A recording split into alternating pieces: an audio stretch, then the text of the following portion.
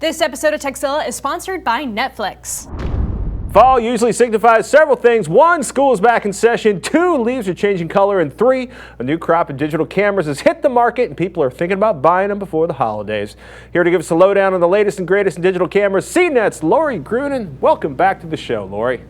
Hello, nice to be here. Any big trends you see happening in digital cameras right now, Lori? Well, the most interesting big trend is that the prices are moving up. And when I say that, I mean the prices of the cameras that people are actually buying are moving up. Really? We went through a period in the beginning where the sweet spot was like $400. And then the sweet spot dropped to $250. And then I believe because of smartphones, it's pushing the sweet spot back up to $400. And even more. People are buying more expensive cameras and they're saying goodbye to the cheap ones. I mean, that's interesting. Is that because basically anybody who would use a cheap camera has just stopped carrying a cheap camera and used their cell phone instead? Yep. And so the nicer cameras, it's kind of funny, is the volume of cameras sales going down as smartphones become better cameras? Yes, because for a large chunk of people, the smartphone is enough. At least for now. I think, in 10 years, a lot of people are going to wake up and say, I do want something better than this.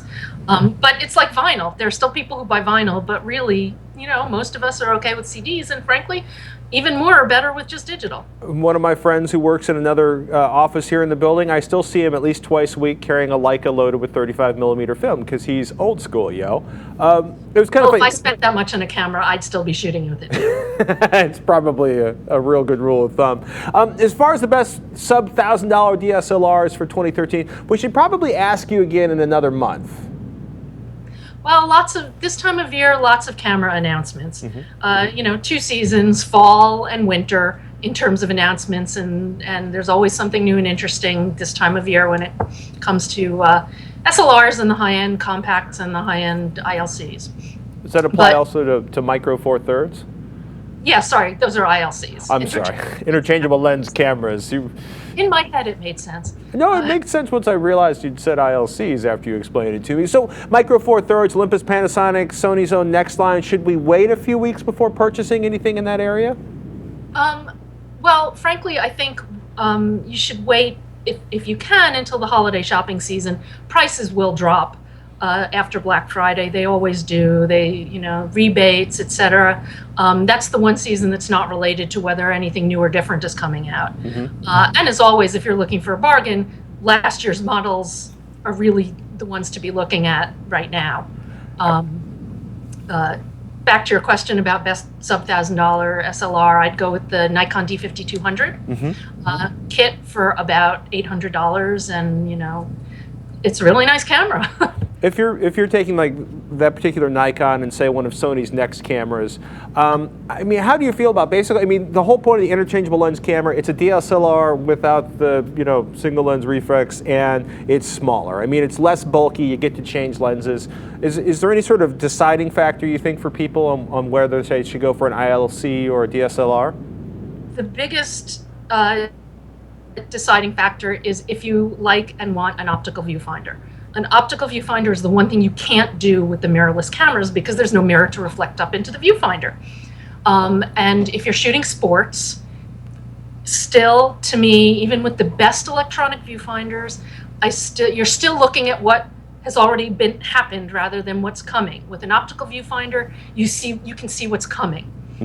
So I still prefer them for shooting sports. But in terms of image quality, even speed, the ILCs are right up there with the SLRs. Until you get to the professional sports level, in which case, time to move to a DSLR and get your big 1,000mm lenses. Panasonic, Olympus, Sony, what's your favorite on an ILC right now? I have to say, my top pick there is still the Sony NEX6. I really think we're still seeing better image quality out of the APS-C size sensors than the micro four thirds sensors, which is too bad because I really love the Olympus cameras and I think they make really, really nice lenses. I'm currently testing the EM1, which is their weatherproof top of the line ILC, and I really like it, and I can fit a zoom and 3 primes in my bag without breaking my back. But at least in my preliminary looking at the results, the high ISO sensitivity, meaning the low light images, still aren't quite there. You know, they're like, you still a stop behind the APS-C sized sensors. Size always the problem when the light gets dim. So we were talking earlier about, you know, the sort of low end of the market disappearing, being replaced by the cameras inside of cell phones. Do you have any picks left for best point and shoots? Well, I mean, point and shoots really fall into several categories, but the ones that everybody is buying are the mega zooms, because one thing you can't get, I mean, really can't get on a cell phone is, you know, a 20x zoom lens or more. So if you want a small one, I'd go with the Panasonic ZS30. You know, that's a really good one that we just finished testing.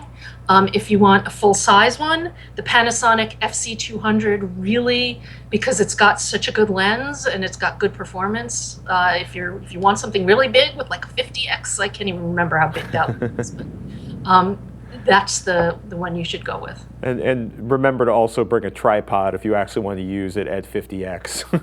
Yes, image stabilization only does so much. So, okay, one of the places where most cell phone cameras are atrocious, low light situations, whether it's sort of candlelight on a birthday or shots inside a bar, are there any particularly good low light performers in point and shoot right now?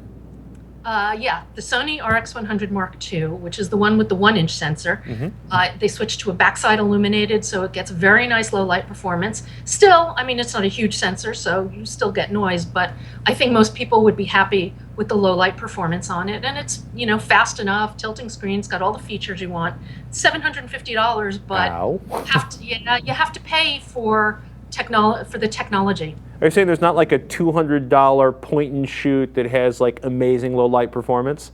Nah. Once again, Lori Grunin, speaking truth to cameras. Thank you again so much, Lori. The Weatherproof Olympus coming up. What else is coming up on CNET's camera review slate? The Samsung Galaxy NX. That's the one that's basically an Android camera with a cell phone that also an interchangeable lens model. Ooh, ladies and gentlemen, CNET.com, Lori Grunin, good stuff. Check it out if you're shopping for a camera or camcorder in the near future. Thanks, Lori. Tired of watching the same old shows and programs on TV? Well, with Netflix, you can instantly watch thousands of movies and TV shows, both recent and classic, whenever you want, wherever you want, for just one low monthly price. With more than 26 million members, Netflix is the world's leading internet subscription service for enjoying movies and TV programs. You can instantly watch from the comfort of your couch via an Xbox 360, PS3, Wii, or Netflix-enabled HD TV or set-top box. Plus, as a new member and a Texilla viewer, you can get a free 30-day trial membership. Go to netflix.com/Texilla to sign up, and be sure to use this URL so they know we sent you.